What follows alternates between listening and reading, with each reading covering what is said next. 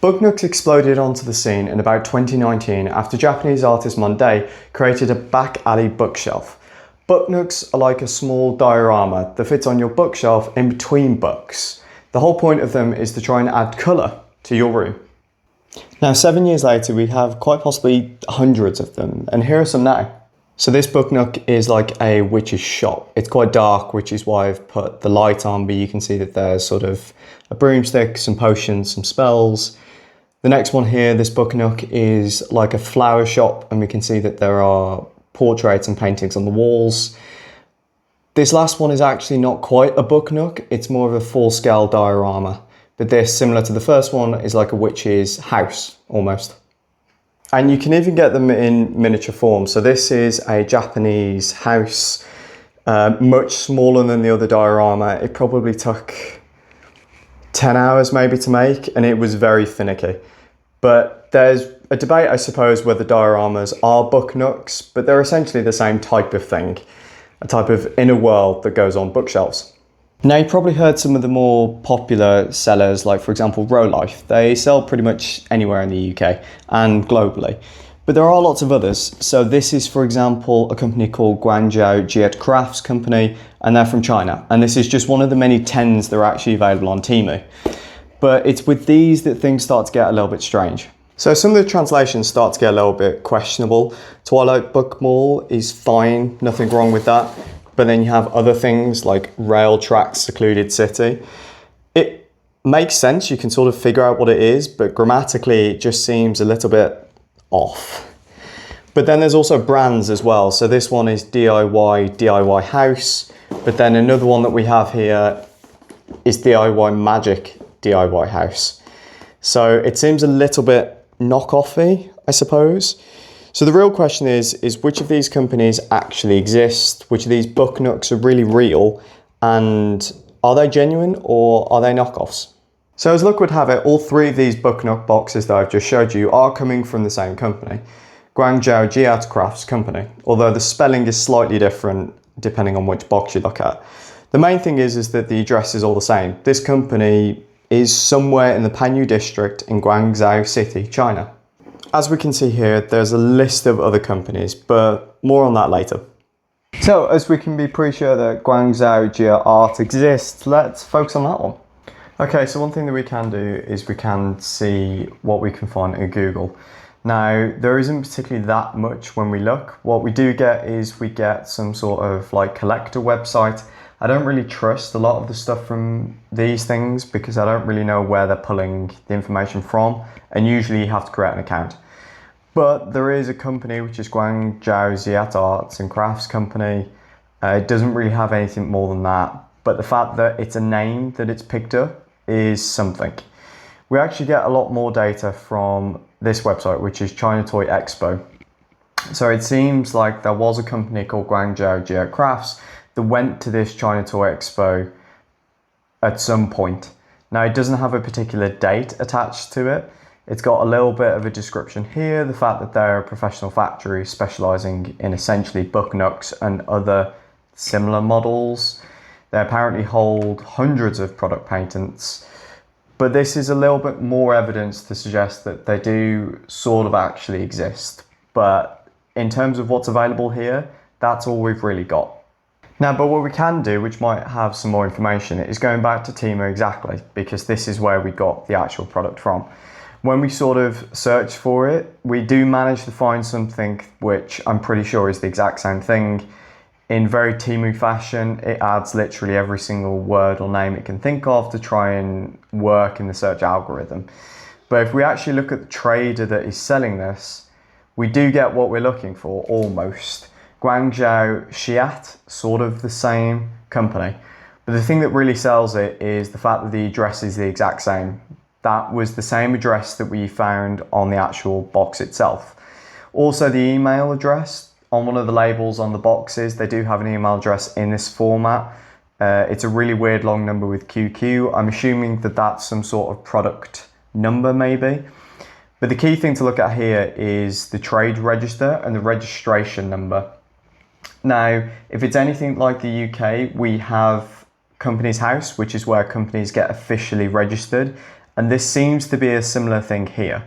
Now, the official State Administration for Market Regulation site doesn't really hold that much. I've had to change it into Chinese because I don't speak or read Mandarin Chinese, but there wasn't really anything on here that I could find that was sort of like a company search function. After digging around a little bit more, I managed to find the National Enterprise Credit Information Publicity System, which is the same sort of thing. Again, this is naturally in Mandarin Chinese. I'm not really supposed to be somebody who's using it. It's not made for me. But here you can say that it's looking for the Unified Social Credit Code. The problem is that when I add it in, it comes up with an error. For some reason, whether it's because of the way the website has been designed or just the way that I'm entering it, it doesn't seem to be working. But again, collator websites do exist. So something that I managed to find, GWBMA, allows you to search for companies based on their Unified Social Credit Code. Typing that in reveals Guangzhou Jiate Crafts Company Limited. Now, if we go into a little bit more detail, we do get something more. So according to this collator website, it's a company that's active. It's got registered capital of about 0.1 million RMB. It was established in 2014, which is similar to some of the stats found in the other websites that we've looked at, and it is in the mainland China jurisdiction. So all of this points to something that suggests that this company does exist. As it seems to exist, why don't we just put a tick next to it for now? Do you remember that label with the companies from earlier? Let's go and have a look at that clip again. So what we can see here is that they had different representatives in 3 different countries. One, that's in Germany. I'm assuming that that's for the rest of the EU. One is for Turkey, one is for the UK. And then they also have 2 importer companies, one for the EU and then also one for the UK. This thing seems to be getting a little bit big, so why don't we make a map to sort of put it all on? And when we put all of these on the map, we get a very clustered sort of focus all around the EU and Europe. Now, as I'm in the UK, it's probably easier if I look at the UK representative, Apex CE Specialist Limited. Now, again, like before, the easiest place to go for this is Companies House. Now, there is actually a company with that name registered in Manchester, although the address is slightly different. And the nature of the business seems to be other professional, scientific and technical activities, which basically means that it doesn't fit into any natural category, so it can't really be that well defined. I did look through all of its documentation when it was originally set up, and there's not really anything that suggests the reason for why it was set up or what it's really for, to be honest. If you look generally on the internet, what you find is that there's a lot of different collator websites, but not really that much in terms of what it's actually used for. If we're following the address on the actual label, it matches a general address in Google, which is Apex CE Specialist Limited, and it is for electrical equipment, and it is a supplier. Now, there is a chance that the Booknooks do fit under this because they do have electrical components. It's possible that they do other things for Temu.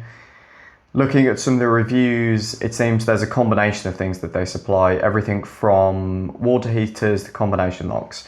So it's possible that they may be some sort of distributor, or they deal with something closer to home.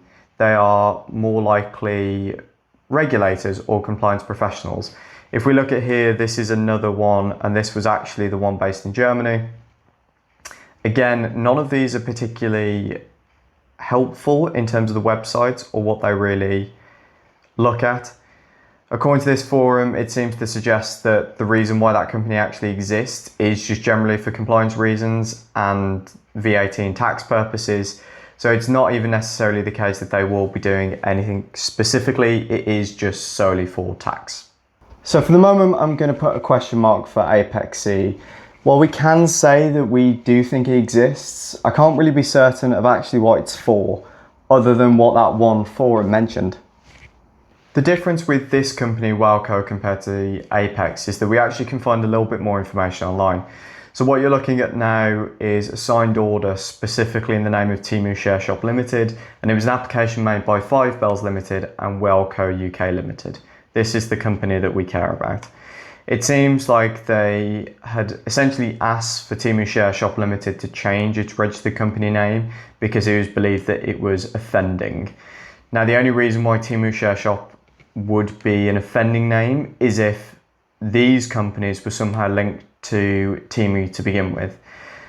And there's a long list in terms of the different regulations that this accords to and some of the details. But if we actually look on Companies House for that store, we find out that it did change its name. Weirdly, it changed its name to A Very Long Number Limited, which makes it seem like rather than a legitimate company, this is something that has been done specifically to possibly redistribute for Temu. But WhaleCo Limited being the larger company or potentially the more established one, or the one connected to Temu directly maybe, meant that they were trying to cut off other people that were doing similar things. And that sort of does pan out. If you look at the previous SIC codes, which are the purpose of the company, there were agents that specialised in the sale of lots of different goods, which would sort of fit Temu as a whole. Some further digging actually shows that Temu more specifically, and also more specifically than that, WhaleCo, as we can see here, they have been in recent court case decisions. This is a particular overview by a law firm called Mishcon de Rea, and it essentially looks at copyright infringement and IP claims for the two companies. But the important thing that I want to focus on here is that the law firm company has the court case as Shein versus Temu, even though the companies themselves aren't necessarily Temu. So this would sort of suggest that WhaleCo Limited, at least in the law world and also in terms of all the court cases, are recognised as being Temu for the purposes of that in the UK. Despite the fact that they don't actually have a name that is sort of related, we can be fairly confident there is a similar thing. Now with WhaleCo, we can be a lot more certain that it does exist and that it is connected to Temu in some way, especially through all of those court cases that we looked at. So for now, I'm going to leave it as a tick. But there is sort of one big thing that we've been missing throughout all of this, which is the actual product itself. Is it good or not? Now, the thing with Rolife, and remember that's the company that's a lot more well established, the material just tends to be of a better quality generally. It tends to be thicker, all of the images are printed on. But all the stuff from Guangzhou, that company that we've been looking at, for example, is a little bit different, or it can be. So if you actually look at the thickness of the wood, that seems pretty high quality, and it's not something that is very dissimilar to all the Rolife stuff. But the main difference is all of this. So in a Rolife, the images tend to be printed, heat treated effectively onto the wood itself. Whereas everything to do with Guangzhou or the other types of companies you can find on Temu, you have to do a lot more work for yourself, like gluing all of these images in. Now, some people find that a pain, a hassle, that it's like a lower quality product, but some people that love this stuff actually see it as a fun thing to do. It's not necessarily a bad thing. So I think there are some things that we can take away from this. The first thing is that these companies do definitely exist. Even though we're a little uncertain of what their exact purpose was or how they were connected with Temu exactly, I think as a whole, they did have some links. Definitely WhaleCo in terms of the law firms and the law cases. But the other thing really is actually what it's for, the quality.